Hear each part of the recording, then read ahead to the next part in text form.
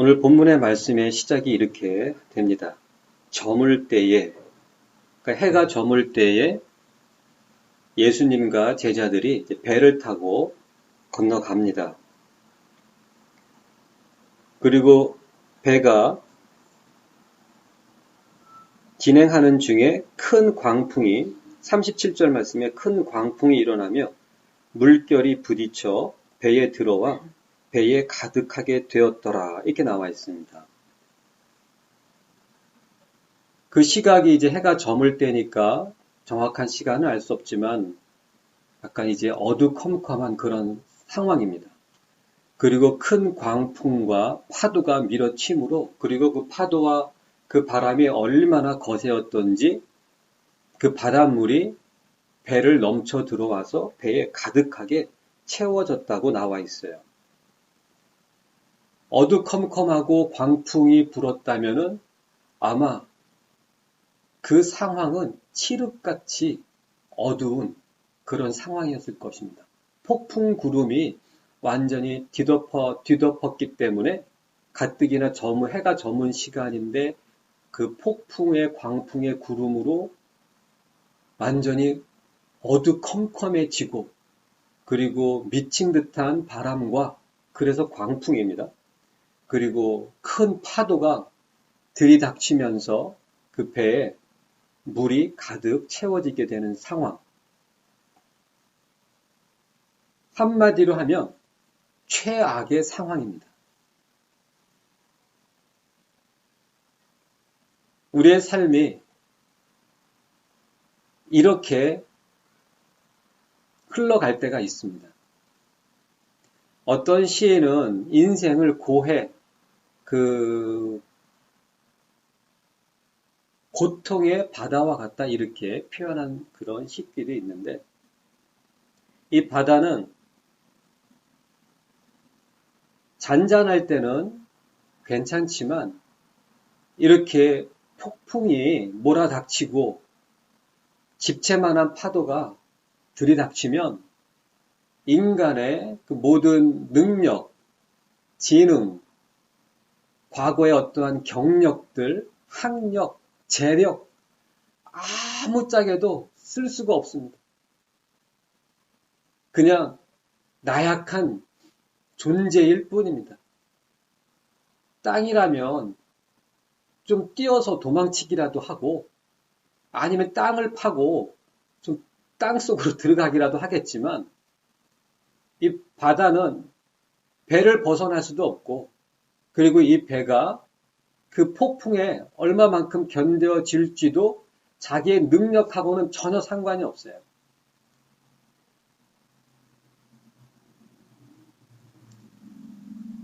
이럴 때에 아마 이 사람들은, 인간들은 그 배에 자신의 모든 것들을 전적인 의지를 하게 됩니다. 그러니까 자신의 생명과 자신의 생존이 어디에 달려있냐면 자기에 있지 않고 배에 있고 그리고 날씨, 그 폭풍에 달려있는 것입니다. 지금 그런 상황이에요. 최악의 상황. 제자들 가운데에 적어도 4명은 어부들입니다. 베드로하고 안드레, 야고보와 요한. 그들의 생업이 어부들이었습니다. 그러니 배에 대해서 전문가요? 바다에 대해서 전문가요? 그들이 배를 몰고 나갔을 때에 말씀에 예수님께서 선생 되신 예수님께서 이제 주무신다고 나와 있어요. 그러니까 아마 베드로가 이랬을 거예요. 야, 우리 선생님이 주무시니까 우리들의 이 배를 다루는 최고의 기술을 총동원해서 아무런 주무시는 데에 이 배가 흔들림으로 방해가 되지 않도록 우리 모든 실력을 총동원하자. 그래가지고 아마 예수님이 주무시는 것을 편하게 할 수 있게끔 모든 노력을 다했을 겁니다. 근데 잔잔했을 때는 괜찮았는데 바람이 슬슬슬슬 불어오고 점점 어두워져 가고 파도도 점점 거세지고 급기야는 더 이상 자신들의 능력으로는 할 수 없는 그런 인간의 힘으로는 도저히 할 수 없는 나의 능력, 나의 한계를 뛰어넘는 그런 상황들이 우리 인생에는 사실 꽤 많이 있습니다.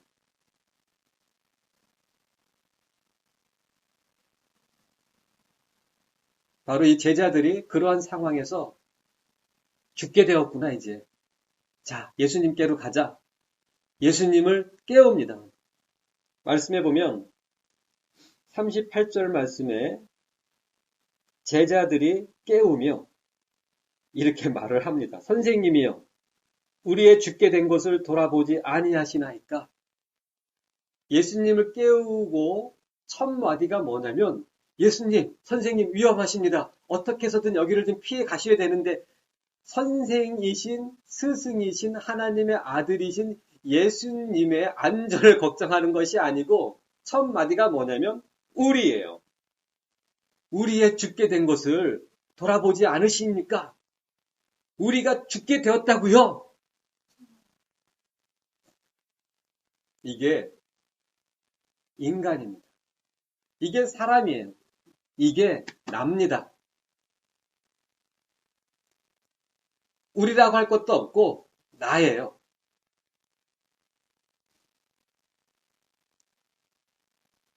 이 상황에서 오직 예수님만이 잠을 주무셨다고 하는 그것은 오직 예수님만이 그 파도와 미친 듯한 바람에 반응하지 않으신 유일한 분이십니다. 죽을 것 같은 거지 지금 죽은 건 아닙니다. 예수님께서 딱 일어나셨어요. 일어나셔가지고 이제 39절에 예수께서 깨어 예수님이 딱 일어나실 때 너무 곤히 주무셨으니까 뭐 정신이 뭐 번쩍 드셨겠어요? 일어나셔가지고 무슨 일인데 우리가 죽게 되었습니다. 예수님, 우리가 죽게 되었다고요. 무슨 일인데 보십시오. 예수님께서 깨어나셔가지고 바람을 꾸짖으시고 바다더러 이르시되 잠잠하라 고요하라 그랬더니 그렇게 되었어요.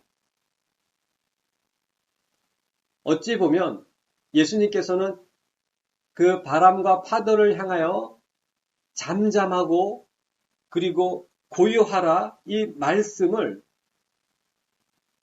파도를 향하여 명하셨지만 실상 이 시대에 이 말씀을 읽는 우리에게 하시는 겁니다. 환경과 상황이 우리의 힘으로는 어떻게 할 수 없는 그런 최악의 상황에 있을지라도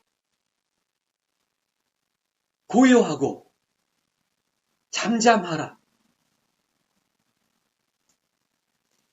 파도에 반응하지 말고 저 미친 듯한 바람에 반응하지 말고 마음을 고요하고 잔잔케 하라.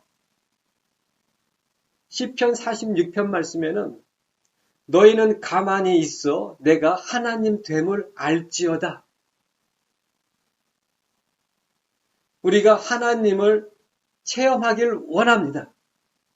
정말 하나님을 체험하길 원하고 말씀을 체험하길 원하지만 그 말씀을 체험해야 할 그 상황에 우리의 모든 마음이 환경과 상황에 반응하다 보니까 우리의 마음이 너무나 다급하고 우리의 마음이 고요하지 못하고 우리의 마음이 너무나 복잡해지니까 그 말씀을 체험하지 못하는 것입니다.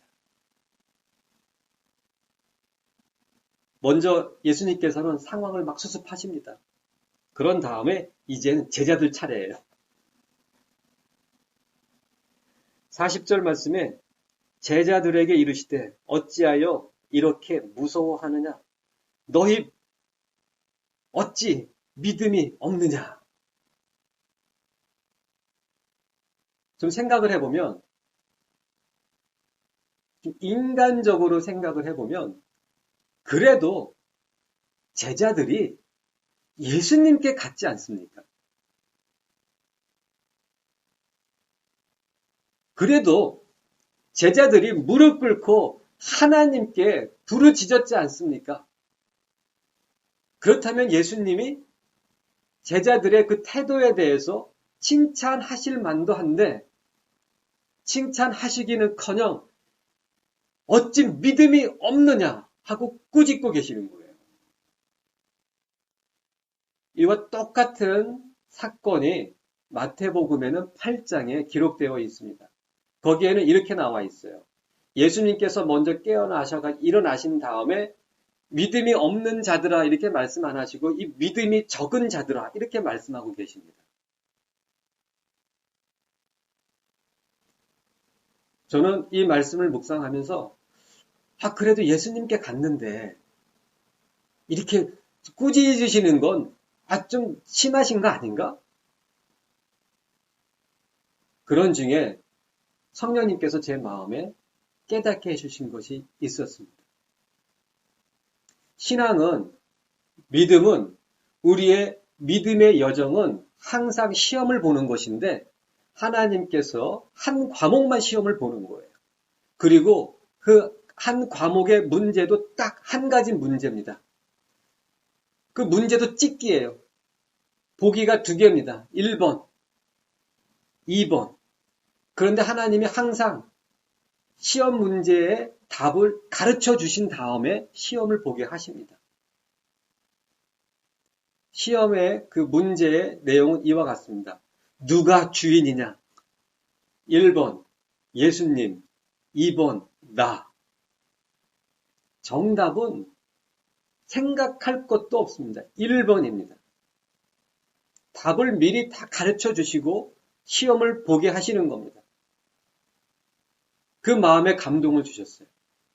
이 본문의 말씀인 첫 구절인 35절 말씀이 어떻게 시작되냐면 예수님께서 제자들에게 이렇게 말씀을 주십니다. 우리가 저편으로 건너가자. 다시 한번 말씀을 드립니다. 예수님께서 그 바다를 건너가시기 전에 제자들에게 하나님이신, 말씀이신, 진리이신 예수님이 제자들에게 말씀을 주셨습니다. 어떻게 주셨냐면 저편으로 건너가자. 이사야서 55장 말씀에는 하나님께서 이렇게 말씀하십니다. 내 입에서 나가는 말도 내게로 헛되이 돌아오지 아니하고 나의 뜻을 이루며 나의 명하여 보낸 일에 형통하느니라. 이 말씀은 하나님이 말씀을 내뱉으셨으면, 말씀을 주셨으면 그 말씀은 이 세상에서 그대로 이루어진다. 그래서 하나님이신 겁니다. 빛이 있으라. 빛이 있었어요. 그 물로 궁창과 궁창을 나누셨더니 난이었습니다. 각종 과실을, 씨를 가진 그 채소가 나게 하셨더니 말씀으로 하셨더니 모든 것들이 창조가 되었어요. 히브리 기자는 그 11장 말씀에 믿음으로 온 세상, 온 우주 만물이 하나님의 말씀으로 지어진 것을 이렇게 선포하고 계시는 거예요. 바로 그분 하나님께서 제자들에게 이미 가기도 전에 먼저 말씀을 주셨어요. 저편으로 건너가자. 그러면 가는 과정에 파도가 치든 미친 듯한 바람이 몰려오든 아니면 쓰나미가 덮치든 아니면 바다가 쪼개질지라도 그 배는 그 제자들과 예수님은 바다 저 건너편으로 가게 되어 있다. 믿음은 세상을 향해서 반응하는 것이 아니고 말씀을 향하여 반응하는 것입니다. 믿음은 상황을 바라보는 것이 아니고 말씀을 바라보는 것입니다. 그 배 안에서 오직 유일하게 말씀을 주신 그분 스스로도 그 말씀 안에 계신 그분, 바로 예수님 한 분뿐이었습니다. 예수님은 배 안에 계신 것이 아니었어요. 그분은 스스로 주신 그 말씀 안에 계셨기 때문에 그냥 주무신 겁니다.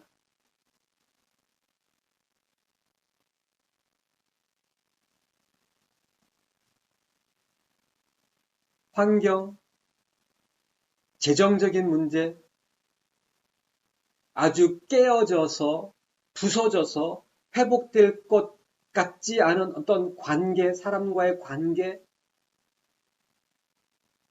현대의학으로도 고칠 수 없는 질병의 문제, 돈으로도 어떤 것으로도 해결될 수 없는 어떤 그 법적인 문제라든지 그 모든 것들이 아무리 폭풍 같고 미친 바람처럼 우리를 덮칠지라도 그것에 절대 반응하지 마시기 바랍니다. 오직 믿는 자는 하나님을 향하여 반응하는 것입니다. 믿는 자는 오직 말씀을 향하여 반응하는 것입니다. 그렇기 때문에 예수님께서 제자들을 꾸짖으신 거예요. 내가 이미 너희에게 답을 주었는데 너희 믿음이 어디 있느냐? 이 믿음이 적은 자들아. 이 상황에 반응하는 믿음은 그 믿음이 있든 아니면 없든 예수님 보시기에는 똑같은 거예요. 마태복음에는 믿음이 적은 자들아, 마가복음에는 이 믿음이 없는 자들아, 무슨 차이가 있겠습니까? 그런데 사람들은 생각하죠. 왜 마태복음에는 믿음이 적은 자라고 하셨을까? 왜 마가복음에는 믿음이 없는 자라고 하셨을까? 그게 고민이 되는 거예요. 그거 가지고 이제 말씀을 막 쪼개기 시작합니다. 주여. 요엘서에는 2장에 이렇게 나와 있어요. 야, 옷 좀 그만 찢고 네 마음을 좀 찢어라. 말씀 좀 그만 찢고 정말 네 마음 좀 찢어내라. 그 더러운 것들. 네 생각으로만 해석하려고 하는 그런 인간적인 더러운 마귀 같은 그런 생각들을 찢어서 버리고 그냥 말씀 그대로 믿으라고 하는 것입니다.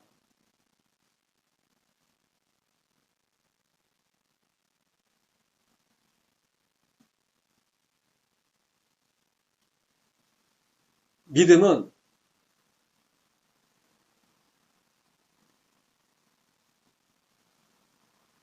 죽는 것이에요. 믿음을 좀 더 급진적으로 표현한다면 말씀 안에서 내가 죽는 것입니다. 세상을 향하여, 환경을 향하여, 더 이상 어떻게 할 수 없는 그런 상황에 대하여 나를 죽이는 것, 내가 죽는 것, 그게 믿음입니다.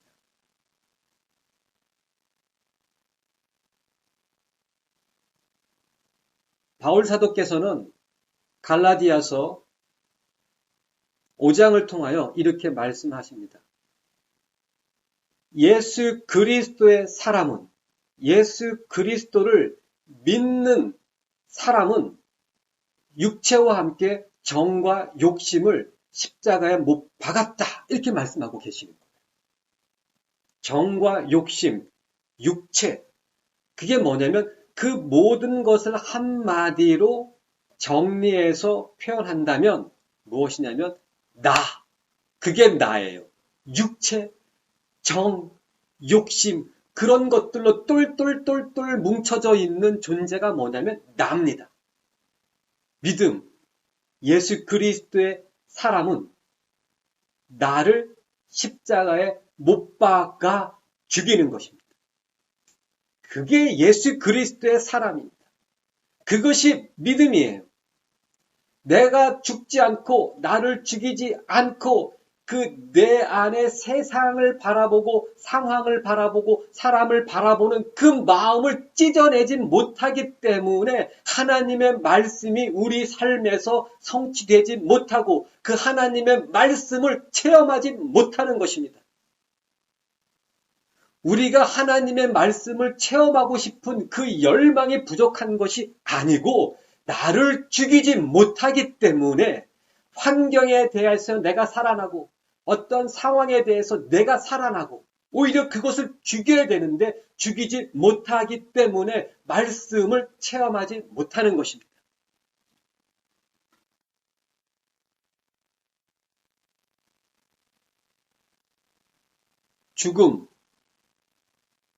죽음이 히브리어로는 이제 무투라고 합니다. 무투.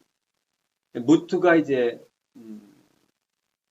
그 맴이라는 철자와 그리고 타우라는 그 철자가 두 철자로 된 단어인데 이 무투. 그 단어의 그 뜻이 뭐냐면 진리의 완성이란 뜻이에요. 죽음이란 단어의 뜻이 뭐냐면 히브리어 무투 죽음이란 단어의 뜻이 뭐냐면 진리의 완성이란 뜻입니다. 히브리어는 하나님의 언어입니다. 신앙, 믿음의 언어입니다. 하나님의 말씀이 완성되는 그 시점이 어디냐면 죽음. 내가 죽으면 진리가 완성됩니다. 내가 죽으면 말씀이 완성됩니다.